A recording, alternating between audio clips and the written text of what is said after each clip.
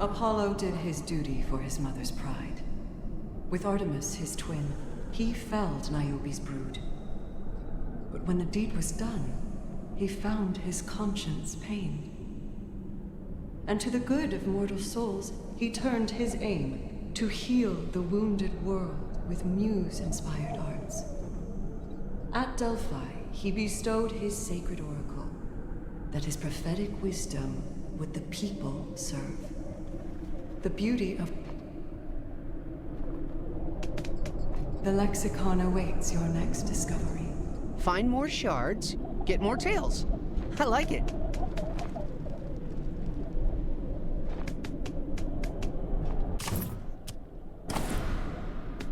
Ambitious Ares, firstborn son of Zeus and Hera, who with Athena rivaled for their father's eye. For both laid claim to warfare and were worshipped thus. But as Athena tempered her approach in wisdom, 'twas Ares' place to represent the lust for blood. So in his feral prowess caught he love's own eye, fair Aphrodite, and with her, his brother's wife. Contented Ares was with being else despised.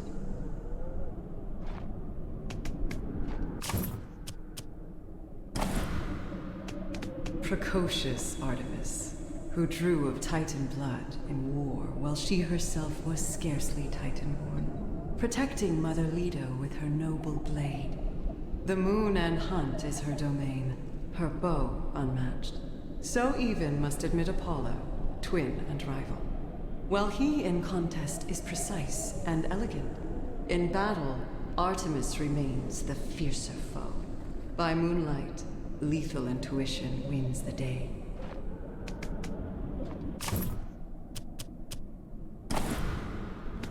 Athena, shrewd and warlike maiden of Olympus.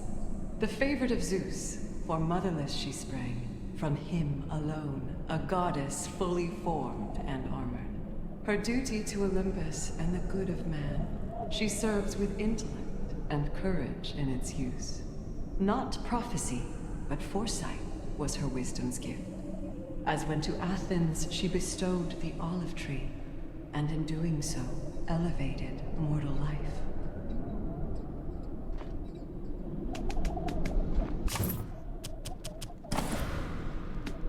Demeter was determined that Persephone, her daughter in her care, should never be so wrong as she was, Titan-stomached by her second breath. Her savior Zeus, now father to Persephone, was trusted by Demeter to protect their girl. But when she was abducted, for to wed by Hades, Demeter found her husband on his brother's side, and she in wrath would teach the world of barren winter.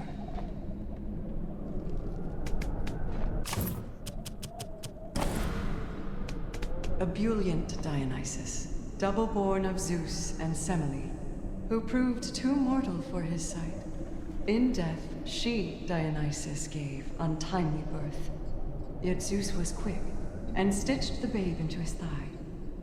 Once had anew, he soon became beloved of man. His realm, the grape, the vine, and all that they may bring. Yet no ecstatic Maenad could assuage his loss, till he from Hades brought his mother back, a goddess.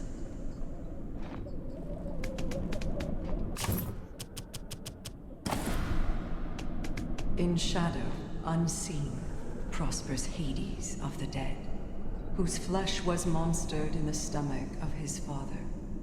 Firstborn of Titan Kronos he, and swallowed first.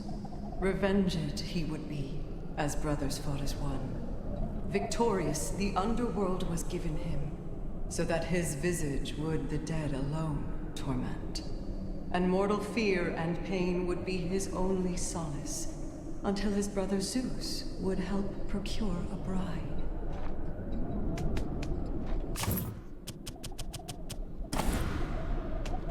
For Hermes is as hot of head as fleet of foot. A father's role was never his, at least by choice. But as to Zeus, he would a faithful servant prove. So he, to raise the infant Dionysus, gave consent, and swore to Zeus his son would never want for aught. A promise tested when the youth his mother wanted. So to the underworld he would require a guide, and only Hermes, heaven's herald, knows the way.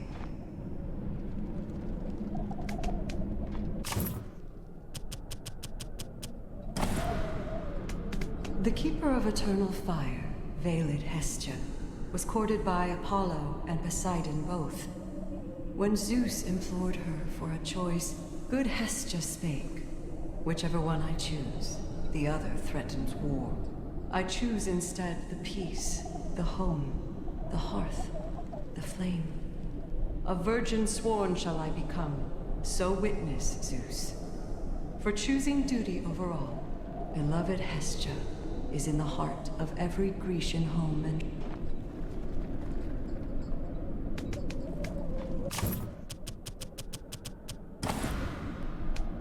In Nike, over contests is the judgment vested.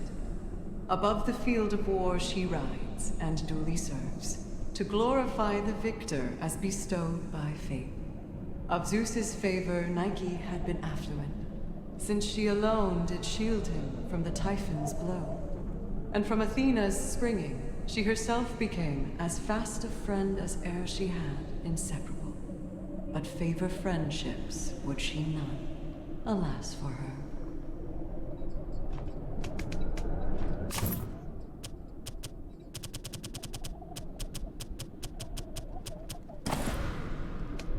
Poseidon, god of weather and the seven seas, to whom Oceanus surrendered his domain, as mighty Zeus the Titan Kronos brought to heel.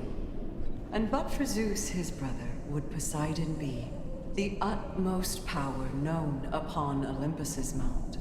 Now stands he second place in power and domain. He seldom sits his rightful seat upon Olympus, preferring fair Atlantis, where he is preferred.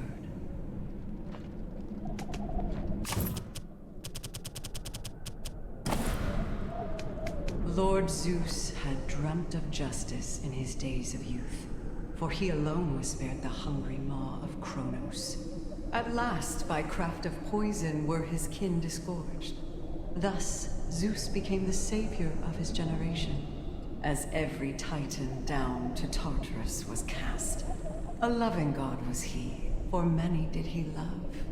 A father to the world, as many did he father. The thunder god upon Olympus, king of all.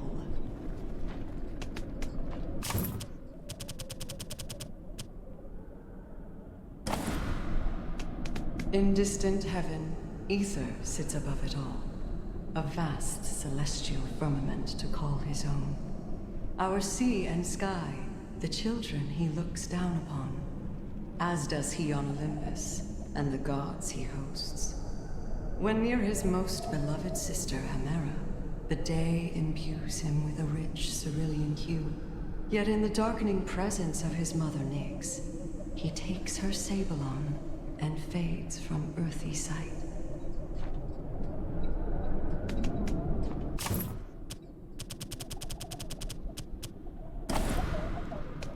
'Twas chaos, first of all, from whence existence sprang. From out her formless void proclaimed primeval life. First Gaia, Mother Earth herself, then followed Nyx, the night, and Hemera the day, and each in turn made offspring of their own, and in due time began to covet power. Thus in chaos melee raged. Combative brethren doused the world with primal blood, till Ouranos, the sky, assumed his cruel control.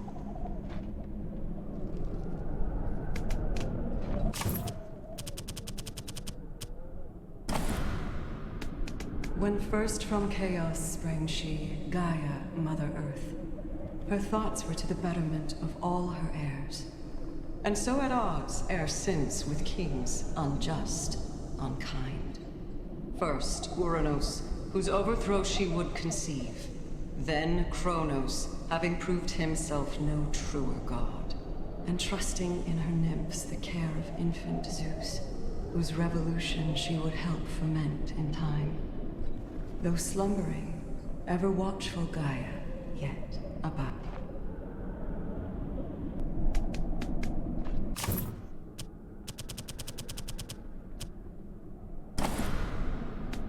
Primordial Hemera, embodiment of day, whose brightness issued forth from night, her mother Nyx. And evermore the two have since remained estranged. For anywhere that Hemera may seek her out, so Nyx, by her intrinsic nature, must withdraw. A mother's love, resplendent in a place unseen, unvoiced, unheard, forever drawing out of sight.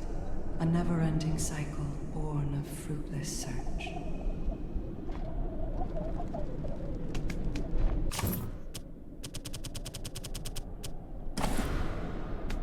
Enrobed in darkness, cryptic Nyx eternal reigns. For her domain, the night, can ne'er be known or conquered. Of chaos born, she mothered death and dream and strife, who none dare challenge, Titan nor Olympian still. From underworld to distant sky, she is ingrained.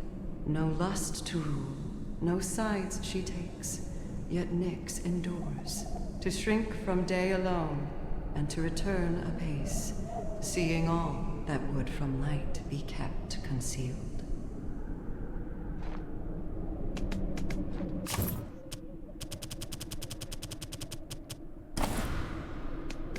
'Twas Ouranos, the great and cruel, the sky above, who fathered many, trusting none, to all a tyrant. His Titans 12 and giant children kept confined to Tartarus, as Gaia would lament, who bore them, until she treated with her last-born Titan, Kronos, and did bestow to him a sickle, diamond sharp. With vicious swipe he would emasculate his sire, and thus, with heaven's king o'erthrown, begin his rule.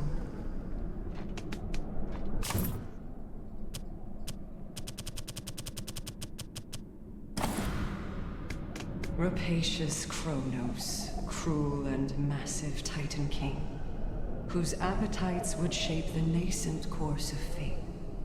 For power first, as youngest child of earth and sky, he volunteered to cut his loathsome father down, and then, as king, upon his very issue dined, suspicious of his progeny's foreseen intent, until their mother Rhea did his trust betray, and Zeus, his son, in time, in turn, would cast him down.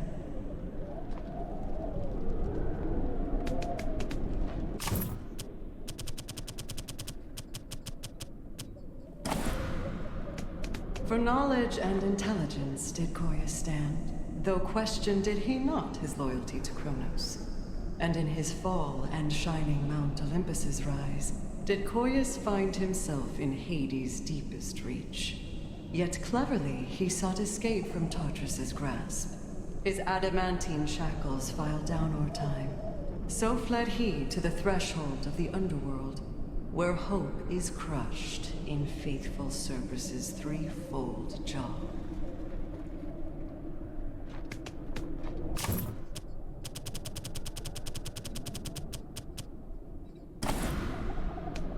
The mighty Titan, headstrong Kratos, lies in wait, concealed upon his mother Gaia with his kin, Iapetus, Hyperion, and Coeus too, confederated with their youngest brother Kronos, as they await their loathed father Ouranos, to ambush as he on their mother comes to lay.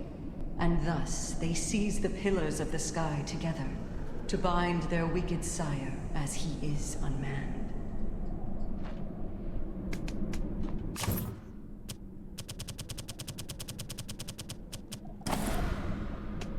Bright Hyperion, father of the sun and moon, of Gaia's brood of titans, he was the first and wisest, and hence in him she placed her surreptitious trust, imbuing him with Chaos's secret flame primeval, that he may light the path for her rebellious cause, to liberate her children from the underworld, and rally with them to their brother Kronos' aid, unseating mighty Ouranos, their tyrant sire.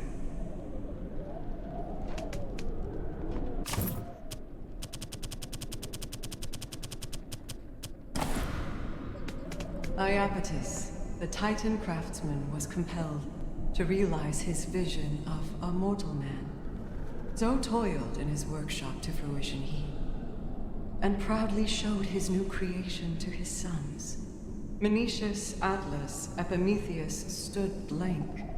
Prometheus alone could see his father's aim, for only immortality could progress foster. And change is that which none undying can embrace.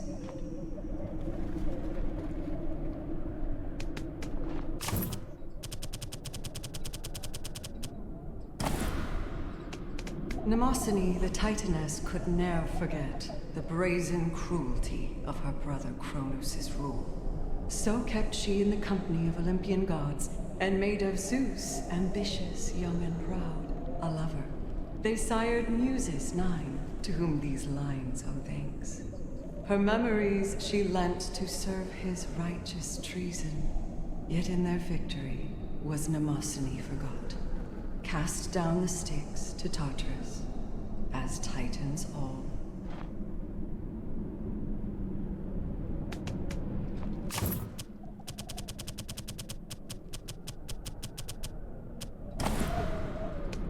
Oceanus, the master of the boundless deep, was torn as Titans suffered dire threat from Zeus. In one ear, brother Kronos urges bloody war. In opposition, Tethys, once his wife beloved, to whom the goddess Hera was a fostered charge. Perhaps Oceanus marched falsely on Olympus, or did some tide within him simply turn at last? In sacrifice of influence.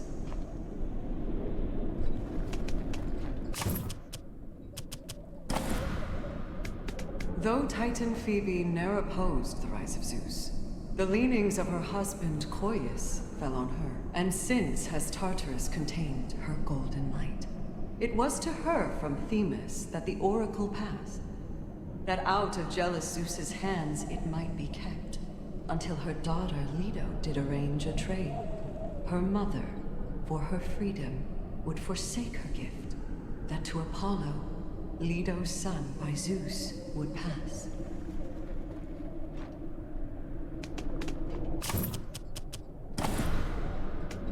To Rhea, Titan queen, befell a fateful choice, to heed her Kronos, brother, consort, lord, and king, or heed a mother's duty to her newborn babe.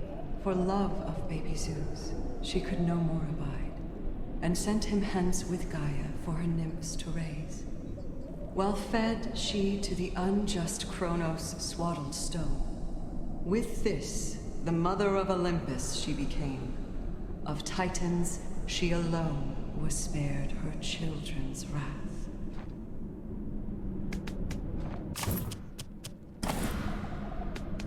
Though Tethys was a fertile river Titan goddess, by her Oceanus a mother millionfold, there was no time she ever felt as duty-bound as when a young Hera came to her from Rhea's hand, delivered fresh from Kronos' gut where she was raised. With this, her brother's wrongs she could no more deny, and pledged to Hera that Olympus would ascend, toward which she would entreat her Titan kin and kind.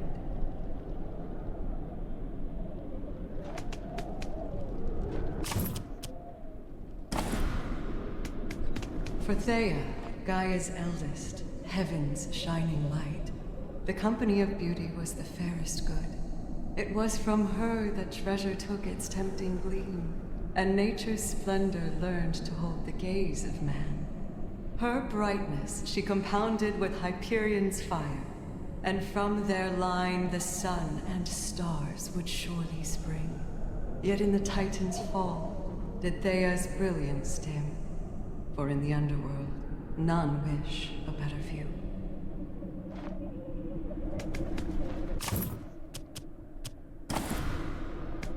The Titan, Themis, first prophetic oracle, who to her brother Kronos gave she truth in duty, that one among his line would someday end his rule. Thus, unaccepting, would he swallow all he'd father. In Zeus delivered, Themis would a husband find, and hope for justice in the rise of Mount Olympus. Yet calls for mercy of her Titan kind were moot, and Themis too, in time, confining Tartarus claimed.